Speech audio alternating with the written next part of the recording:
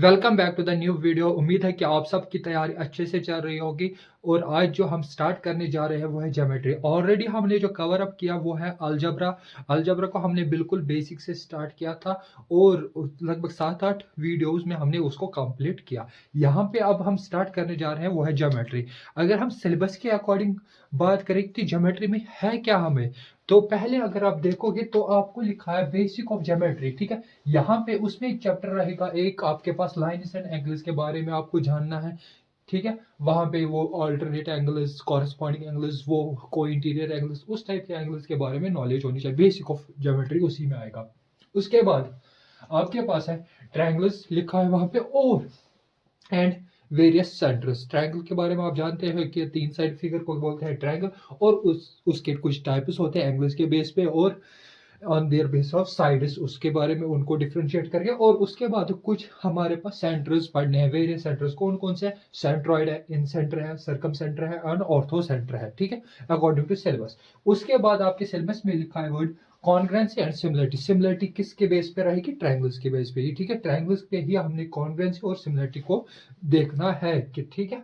उसके बाद हमें सर्कल्स, और सर्कल्स में हमें पढ़ना है टेंजेंट और कॉर्ड और सीकेंट, उस टाइप की टर्मोलॉजी, और उसके बेस पे किस टाइप के क्वेश्चन बनते हैं यहाँ पे। और उसके बाद आपके सिलेबस में यहीं पे खत्म होता है, मगर मैं यहाँ पे उस पे लास्ट के बाद आपको कोऑर्डिनेटर, या जिसको हम पॉलीगन्स बोलते हैं, ठीक है, कोऑर्डिनेटर में पैरेललोग्राम, रोम्बस, ठीक है, और रेक्टेंगल, स्क्वायर, उस टाइप के जो क्वेश्चंस आते हैं ज्योमेट्री के बेस पे, उनको कवर अप करेंगे। आपके सिलेबस में कोई बोलेगा बच्चा देख, अगर सिलेबस देखा होगा उसने, तो वो कोऑर्डिनेटर्स, ये रोम्बस, वो मेंशन है, मगर वो मेंसुरेशन वहां पे एरिया रिलेटेड आएगा। ठीक है, यहाँ पे जो हम देखेंगे ज्योमेट्री में नहीं दिया है, मगर हम देखेंगे थोड़ा बहुत इसका भी कि किस टाइप के क्वेश्चन आ सकते हैं ज्योमेट्री अगर इस टॉपिक को टच किया। यहाँ इसको हम डीपली अच्छे से कवर अप करेंगे, और इसका फिर लास्ट में इंट्रोडक्टरी पार्ट मीन इसके जो बेस इंपॉर्टेंट टॉपिक्स है कोऑर्डिनेटर पे, उनको कवर अप करेंगे। ठीक है, यहाँ पे आज हम स्टार्ट करेंगे बिल्कुल बेसिक ऑफ ज्योमेट्री से। ठीक है, यहाँ पे अब उसको देखो। अगर मैं अब पहले टॉपिक की बात करूं ज्योमेट्री में, वो है पॉइंट। पॉइंट क्या होता है?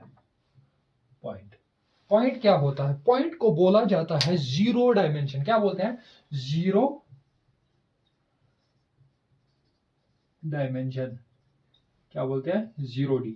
ठीक है, जीरो डायमेंशन जिसके भी होते हैं उसको क्या बोलते हैं? पॉइंट ज्योमेट्री में। अब यहां पे सवाल एक है कि अगर एक पॉइंट है कि उसके थ्रू कितनी लाइनें पास हो सकती है।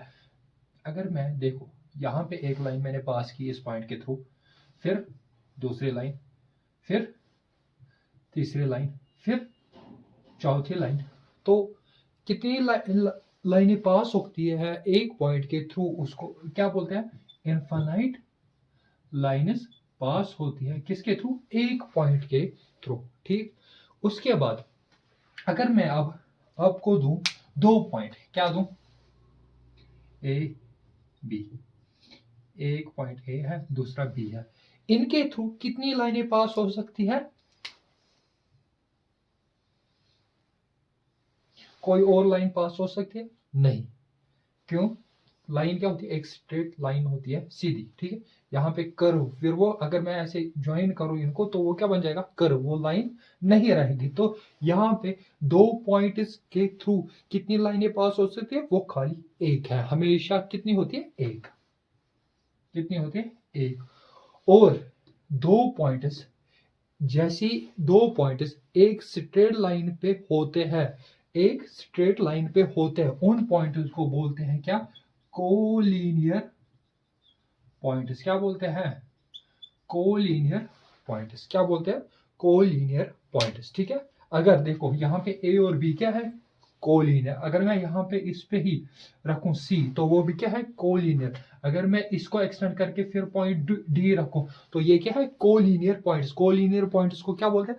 कि वो एक स्ट्रेट लाइन के थ्रू पास, या उनके थ्रू क्या होती है? स्ट्रेट लाइन पास हो जाती है, तो उन पॉइंट्स को क्या बोलते हैं? Collinear points. फिर यहाँ पे और एक टर्म है non collinear points.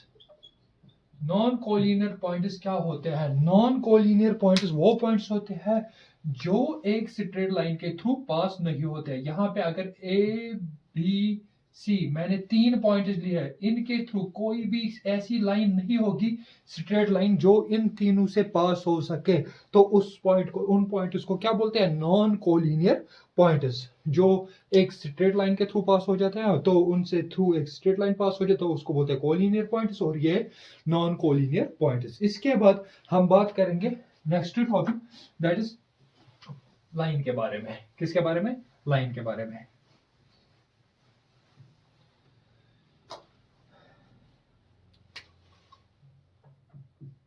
Line, line को क्या बोला जाता है? लाइन को क्या बोलते हैं? लाइन किसे बोलते हैं? अगर मैंने यहां पे एक लाइन ड्रॉ की तो जिसका कोई एंड नहीं होता, नो एंड पॉइंट, क्या होता है? No end point. ना यहां से कोई एंड होगा, ना ना राइट साइड कोई एंड है, ना लेफ्ट साइड कोई एंड है, तो उसको क्या बोलते हैं? लाइन। क्या बोलते हैं इसको? लाइन। जिसका कोई एंड नहीं होता उसको क्या बोलते हैं? लाइन। ठीक है। लाइन को रिप्रेजेंट करने का तरीका, ए बी अगर लाइन है तो उसको ऐसे रिप्रेजेंट किया जाता है। रिप्रेजेंटेशन क्या है? लिखने की तरीका, ए बी और दोनों साइड से एरो लगा दिया। ठीक है, यहाँ पे। इसके बाद अगर मैं लाइन के बाद, ये हो गया लाइन। इसके बाद, और लाइन को यहां पे याद रखना, वन डायमेंशन बोलते हैं। क्या बोलते हैं? One dimension. ठीक है, वन डायमेंशन मीन्स कि इसकी खाली एक डायमेंशन होता है, खाली इसकी लंबाई होती है, ब्रेड नहीं होती, विड्थ नहीं होती है। ठीक है, खाली क्या है, उसको लंबा, कितनी कितनी लंबी लाइन है उसको मेजर किया जाता है, उसको क्या बोलते हैं? One dimension. ठीक है, इसके क्या होते हैं? One dimension. One dimension object कौन सा है? वो लाइन है। जीरो डायमेंशन वाला पॉइंट है। यहां पे लाइन के बाद लाइन सेगमेंट। देखो, अगर मैं बोलूं ए बी, दो पॉइंट्स है, इनके बीच में जो लाइन होती है, मीन्स कि जिसका फिक्स एंड हो, क्या हो? फिक्स स्टार्टिंग हो, यहां से भी फिक्स है, यहां से भी क्या है? फिक्स है, मीन्स कि दोनों साइड से वो बंद है, तो इसको क्या बोलते हैं? Line segment. क्या बोलते हैं? Line segment. मीन्स कि यहां इस लाइन का जो एंड है वो ए पे है, इसका बी पे है, यहाँ पे ए पे है, यहाँ पे बी पे है, इस टाइप के क्या बोलते हैं? इसको क्या बोलते हैं? Line segment. क्या बोलते हैं? Line segment. क्या बोलते हैं इसको? Line segment. मीन्स कि जिसका एंड होता है, फिक्स होता है। ठीक है, उसके बाद दोनों साइड से बंद होता है। इसके बाद होती है रे। क्या होती है? रे। रे क्या हो गया? यहां पे लाइन सेगमेंट को रिप्रेजेंट करने का तरीका होता है वो ए बी, इस टाइप से। ठीक है, यहां एक पॉइंट से बंद करना है, दूसरे पॉइंट से ओपन रखना है। तो उसके बाद है रे। क्या बोलते हैं? रे। रे, रे को क्या होता है? एक एंड पॉइंट। क्या होता है?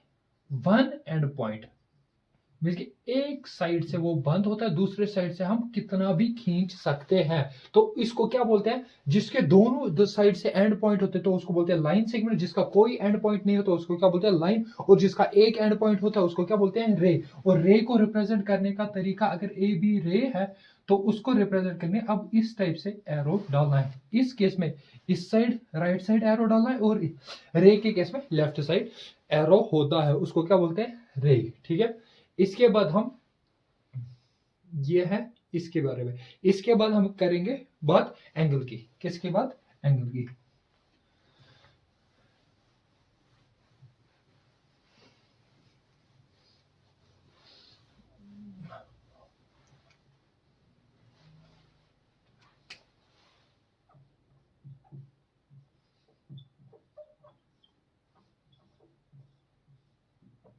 एंगल, यहां पे एंगल क्या होता है?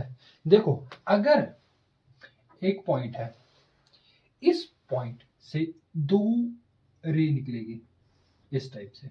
ठीक है, इनके बीच में ये जो डिफरेंस है, इसको अगर मैं नाम दूं अल्फा, तो इसको क्या बोलते हैं, एंगल।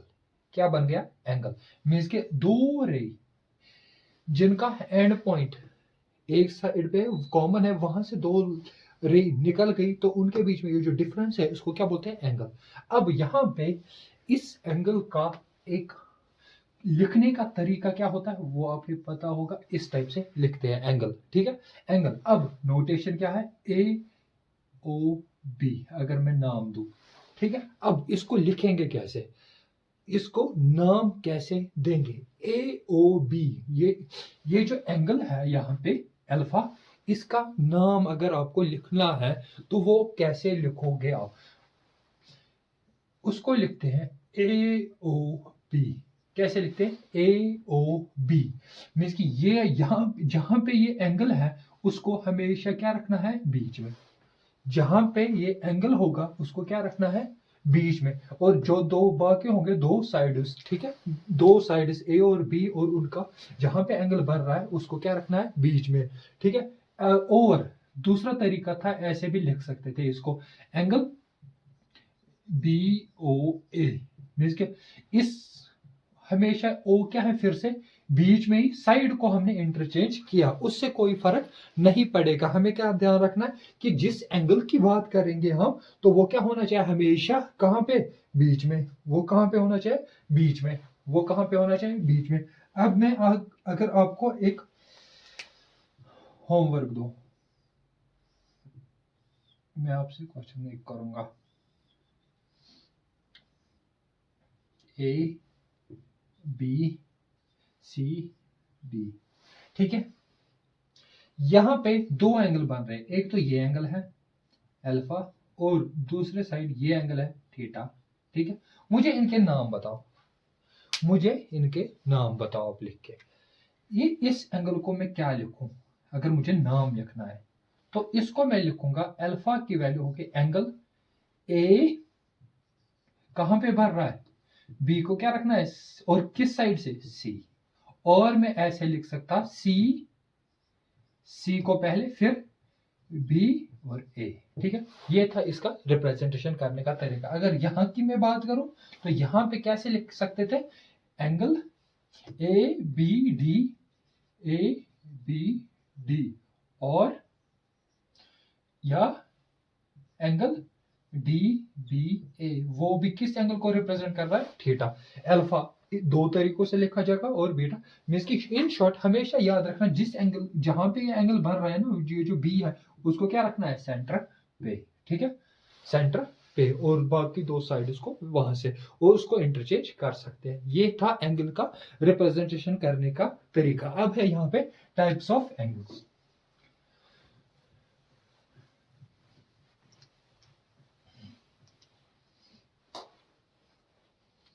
क्या है, types of angle. Types of angles की बात में अगर बात करूं, तो उसमें पहला जो है वो होता है एक्यूट एंगल, दूसरा होता है राइट एंगल, और तीसरा होता है ऑब्ट्यूस एंगल। पहले हम ये तीन का समझेंगे, उसके बाद और भी होते हैं। ठीक है, यहां पे एक्यूट एंगल की बात करूं मैं, तो जब भी एंगल क्या हो,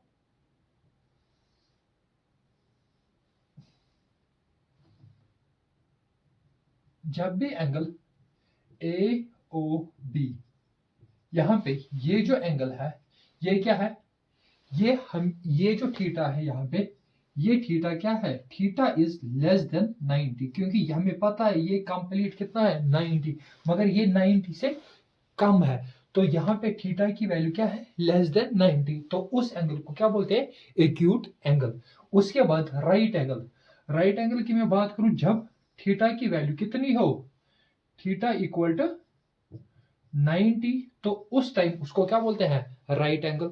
उसके बाद है ऑब्ट्यूस एंगल, और देखो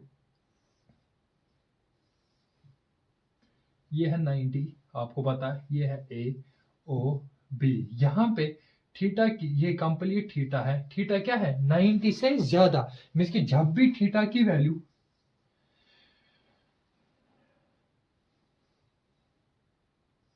90 से ज्यादा हो बट लेस देन 180 हो तो उसको क्या बोलते हैं ओब्ट्यूस एंगल। उसको एंगल को क्या बोलते हैं ओब्ट्यूस एंगल, मीन्स कि 180 से छोटा होना चाहिए और 90 से बड़ा, तो उसको क्या बोलते हैं ओब्ट्यूस एंगल। इसके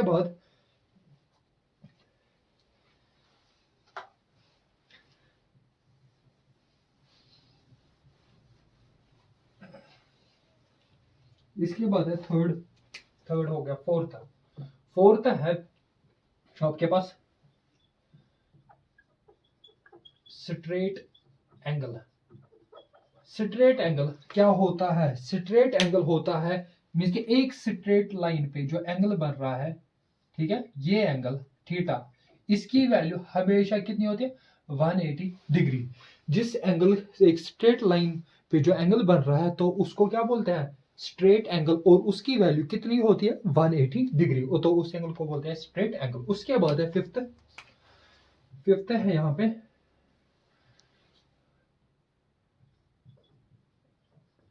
कंप्लीट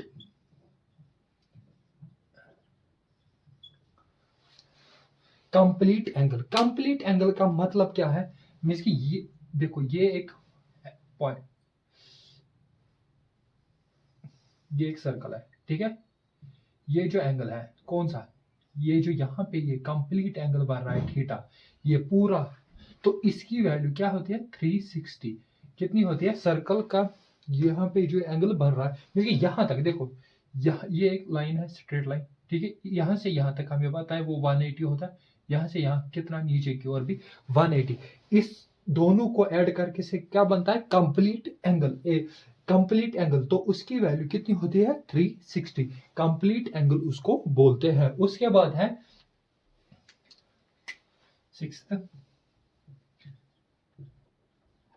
रिफ्लेक्स एंगल, या ये इंपॉर्टेंट है रिफ्लेक्स एंगल। रिफ्लेक्स एंगल क्या होता है, देखो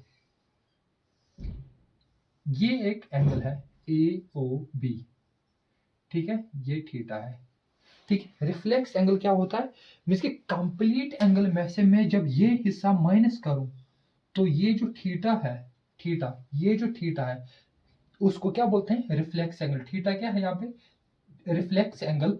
ये जो बाकी हिस्सा है इसमें ये हिस्सा माइनस कर, ठीक है, ये जो बाकी हिस्सा है वो क्या है रिफ्लेक्स एंगल। उसको डिनोट किया कैसे किया डिनोट, मैंने यहाँ पे थीटा और इसको मैं बोलूंगा अल्फा, ठीक है, यहाँ पे दो थीटा लिखे हैं मैंने यहाँ पे अल्फा, ठीक है। यहाँ पे इस थीटा की वैल्यू होती है 360 डिग्री, क्योंकि कंप्लीट एंगल का क्या वैल्यू होती है 360 डिग्री, माइनस किस हिस्से को करना है अल्फा, ठीक है। ये होती है इसका रिफ्लेक्स एंगल निकालने का तरीका। जिसका आपको क्या करना है, जिसका भी रिफ्लेक्स एंगल पूछा होगा, क्या क्वेश्चन कैसे होगा, क्वेश्चन होगा find reflex angle of angle AOB। AOB का रिफ्लेक्स एंगल, हमारा AOB यहाँ पे एंगल दिया है 60 डिग्री, क्या दिया है 60 डिग्री। अगर आपको रिफ्लेक्स एंगल निकालना है तो उसका तरीका थीटा इक्वल टू, ठीक है, reflex angle 360 minus angle AOB। AOB कितना है 60, तो यहाँ पे आ गया 300 डिग्री, किसका वैल्यू रिफ्लेक्स एंगल की। ये है इसका तरीका निकालने का रिफ्लेक्स एंगल का। इसके बाद हम बात करेंगे किसकी बात, इसके बाद हम कुछ और एंगल है यहाँ पे उनकी बात करेंगे, ठीक है।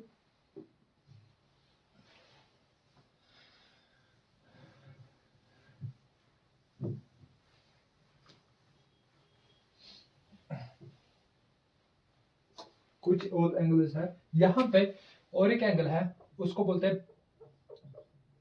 कॉम्प्लीमेंट्री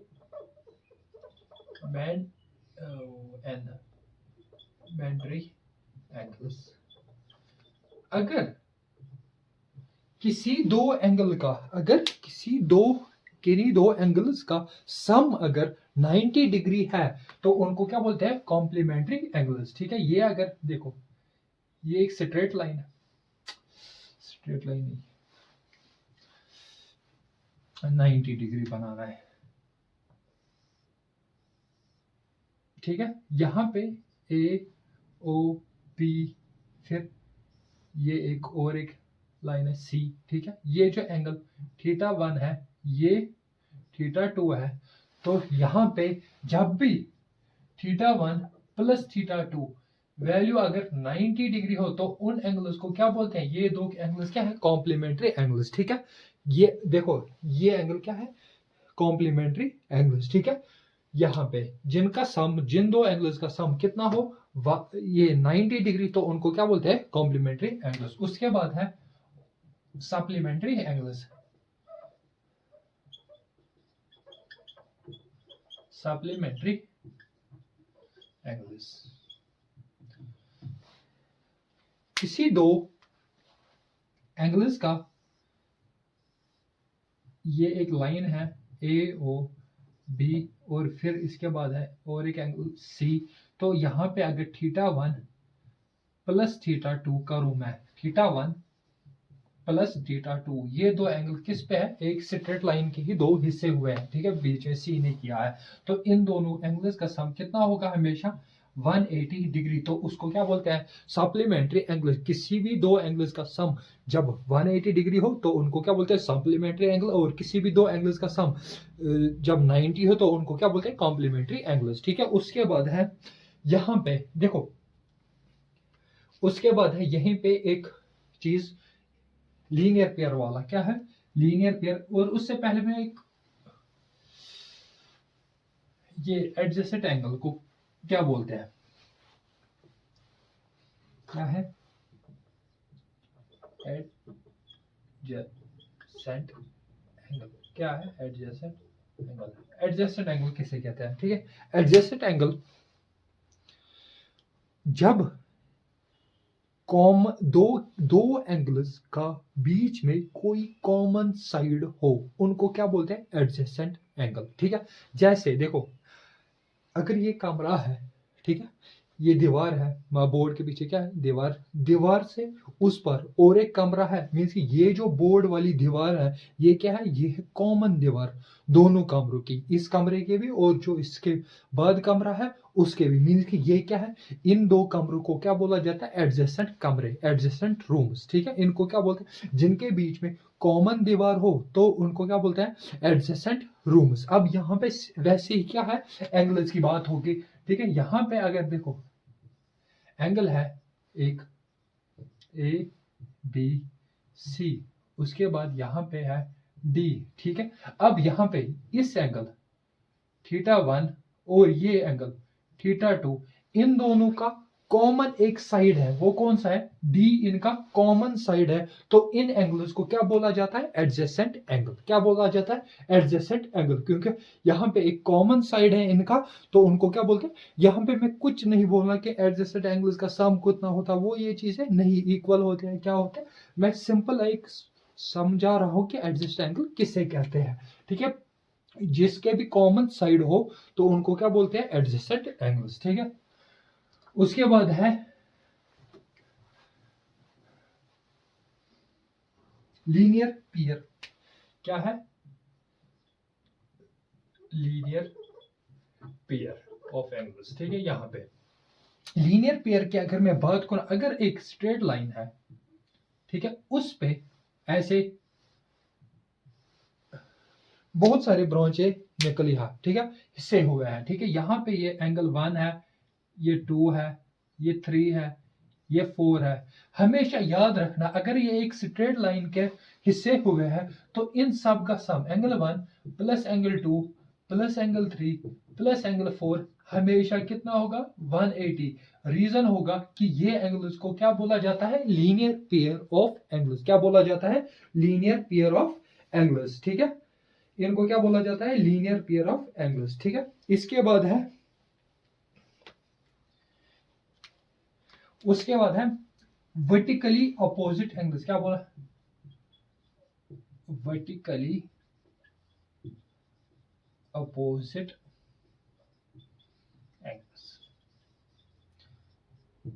वर्टिकल अपोजिट एंगल्स तभी बनते हैं, देखो, जब दो लाइनें आपस में इंटरसेक्ट करती है। जैसे दो लाइनों ने आपस में इंटरसेक्ट किया, जैसे दो लाइन्स ने आपस में इंटरसेक्ट की, मीन्स कि ये ए बी एक लाइन है और सी डी दूसरी लाइन है। जैसे उन्होंने आपस में क्या किया, इंटरसेक्ट किया इस टाइप से, तो यहाँ पे ये जो फॉर्म हो रहे हैं एंगल्स, यहाँ पे जब भी दो लाइनें आपस में इंटरसेक्ट कर रहे हो तो ये चार एंगल्स वहां पे फॉर्म होते हैं। क्या होते हैं? चार एंगल्स, 1 2 3 और 4। और इस वर्टिकली अपोजिट एंगल्स हमेशा इक्वल होते हैं। वर्टिकली अपोजिट मींस कि वन का जो अपोजिट वाला पोर्शन है, वन इक्वल टू होगा हमेशा एंगल 3 के, और एंगल 2 इक्वल टू हो जाएगा एंगल 4 के। ये कंडीशन हमेशा वैलिड होगी। जब भी दो लाइनें आपस में इंटरसेक्ट करेगी वो चार एंगल्स में टूट जाती है, ठीक है, वहां पे चार एंगल्स बन जाते हैं। तो वो जो अपोजिट वाले एंगल्स होते हैं वो क्या होते हैं? इक्वल होते हैं। उनको क्या बोलते हैं? Vertically opposite angles. ठीक है, यहाँ पे जो मैंने लिखा है, एंगल 1 हमेशा होगा एंगल 3 के, और एंगल 4 हमेशा होगा किसके? एंगल 2 के। ये कंडीशन हमेशा वैलिड होगी। ठीक है, इसके बाद हम, ये हो गया। इसके बाद है जो आपको बेसिक पता होना चाहिए, वो है परपेंडिकुलर। क्या है? परपेंडिकुलर। परपेंडिकुलर बहुत सारों को पता होगा कि परपेंडिकुलर क्या होता है। परपेंडिकुलर क्या होता है? अगर एक ए बी लाइन है, ए बी एक लाइन है, तो यहां पे अगर एक परपेंडिकुलर सी डी, अगर अगर आपके पास स्टेटमेंट है कि ए बी पे, पर ए बी एक लाइन है, उस पे सी डी परपेंडिकुलर है, उसका क्या मतलब है? उसका मतलब होता है अगर ये सी डी परपेंडिकुलर, यहाँ पे ये जो एंगल होंगे, एंगल 1 और यहाँ पे एंगल 2, ठीक है, ये हमेशा एंगल 1 इक्वल टू हो जाएगा एंगल 2, और ये कितना होगा? 90 डिग्री हमेशा, अगर ये परपेंडिकुलर दिया है। अगर क्वेश्चन ने स्टेटमेंट में बोला ए बी एक लाइन है, उस पे सी डी परपेंडिकुलर है, तो उसका मतलब यहाँ पे ये जो एंगल होंगे ये इक्वल भी होंगे, और इनका सम कितना, ये किसके बराबर होंगे? दोनों एंगल 90 90 के बराबर। ठीक है, उसके बाद, इसके बाद होता है, और इसको रिप्रेजेंट करने का तरीका होता है, अगर सी डी ऐसे लिखा जाता है, C D perpendicular to A B. इसको शॉर्ट फॉर्म में, मैथमेटिक्स फॉर्म में कैसे लिखते हैं? सी डी परपेंडिकुलर को रिप्रेजेंटेशन करने का तरीका ऐसे, और ए बी किस पे है? ए बी पे। ठीक है, ये अगर क्वेश्चन में ऐसे दिया है C D perpendicular to A B, उसका क्या मतलब है? सी डी क्या है?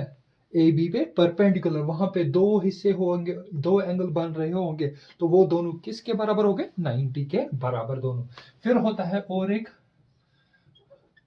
Perpendicular bisector. क्या होता है? Perpendicular bisector. देखो, एक तो परपेंडिकुलर है, क्या है? अभी की तरह ए बी डी सी। ठीक है, सी डी क्या है?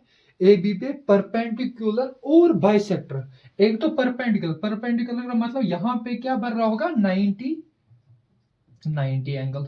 ठीक है, बाइसेक्टर का मतलब, बाइसेक्टर का मतलब इसने ए बी को दो इक्वल हिस्से किए हैं, मतलब यहां पे ए डी होगा बराबर किसके? बी डी के। मीन्स की जितनी यहां से यहां डिस्टेंस है, इतनी ही यहां से यहां। मीन्स कि अगर स्टेटमेंट दी है परपेंडिकुलर बाइसेक्टर है, तो उसका मतलब यहां पे दोनों एंगल 90 होंगे, और जिस लाइन पे ये पढ़ रहा है तो वहां पे क्या कर रहा है? वो दो इक्वल हिस्से उस लाइन के। ठीक है, ये था परपेंडिकुलर बाइसेक्टर। इसके बाद हम और एक है, वो होता है बाइसेक्टर, या जिसको हम बोलते हैं एंगल बाइसेक्टर। क्या बोलते हैं? Angle, angle. आज हम बिल्कुल वो है ना कि बेसिक टर्मोलॉजी देख रहे हैं कि ज्योमेट्री में होती क्या है। ठीक है, जो क्वेश्चनों में हमें यूज करने हैं, हमें इन चीजों से पता होना चाहिए। बहुत सारे बच्चों को ये ऑलरेडी पता होगा, मगर मैं तब भी इसको पढ़ा रहा हूँ कि बहुत सारे बच्चों को याद नहीं होता है कि ज्योमेट्री बहुत टाइम के बाद पढ़ रहे हैं, तो उनको ये चीज़ें फिर क्वेश्चन करने में फिर प्रॉब्लम हो जाती है। इसीलिए मैं पहले ही क्लियर कर रहा हूँ इन चीज़ों को। एंगल बाइसेक्टर का मतलब कि अगर देखो एक एंगल है ए बी सी, ठीक है, यहाँ पे ये एक एंगल है। अगर मैं बोलूं कि यहाँ पे एक लाइन है बी डी, वो ए बी सी को क्या कर रही है, बाइसेक्टर, एंगल बाइसेक्टर है। मींस कि बी डी क्या है, एंगल बाइसेक्टर यहाँ पे किसका, ए बी सी का। तो उसका मतलब ये करेगा इसको क्या, जैसे परपेंडिकुलर बाइसेक्टर ने क्या किया था, लाइन के दो हिस्से, ये क्या करेगा यहाँ पे इस एंगल के दो हिस्से, यहाँ पे एंगल 1 और 2, एंगल 1 हमेशा किसके बराबर होगा, एंगल 2 के बराबर होगा। अगर कब, ये तभी होता है जब बी डी क्या हो, लिखा हो क्वेश्चन में कि ये बाइसेक्टर है। अगर बाइसेक्टर है तो उसका मतलब इसने दो हिस्से किए इस एंगल के, तो वो दो एंगल क्या हो, वो दो हिस्से क्या होंगे, मगर इक्वल। ये था कुछ बेसिक टर्मोलॉजी किसकी, ये ज्योमेट्री की। और कल नेक्स्ट वीडियो में हम किसकी बात करेंगे, लाइन्स एंड एंगल्स को अच्छे से। अब हमारे पास बचा क्या लाइन्स एंड एंगल्स में, वही ऑल्टरनेट एंगल्स क्या होते हैं, कॉरस्पॉन्डिंग एंगल्स, वो चीज़ें हम देखेंगे। उसके बाद कुछ और एक दो टॉपिक है उसके रिलेटेड, और उसके साथ ही क्वेश्चन करेंगे शायद नेक्स्ट वीडियो में। एक तो वो लाइन्स एंड एंगल्स का स्टार्टिंग हो जाए, वो जो इम्पोर्टेंट चीज़ें डिस्कस करनी है हमें वो, और क्वेश्चन भी हो जाएंगे उसी लेक्चर में। इसके बेस पे भी क्वेश्चन करेंगे, और उसको भी लाइन्स एंड एंगल्स के भी क्वेश्चन करेंगे नेक्स्ट वीडियो में, ठीक है। अगर ये वीडियो आपको अच्छा लग रहा है तो इस वीडियो को लाइक करो और ज़्यादा से ज़्यादा अपने दोस्तों को शेयर करो। Thank you for watching this video.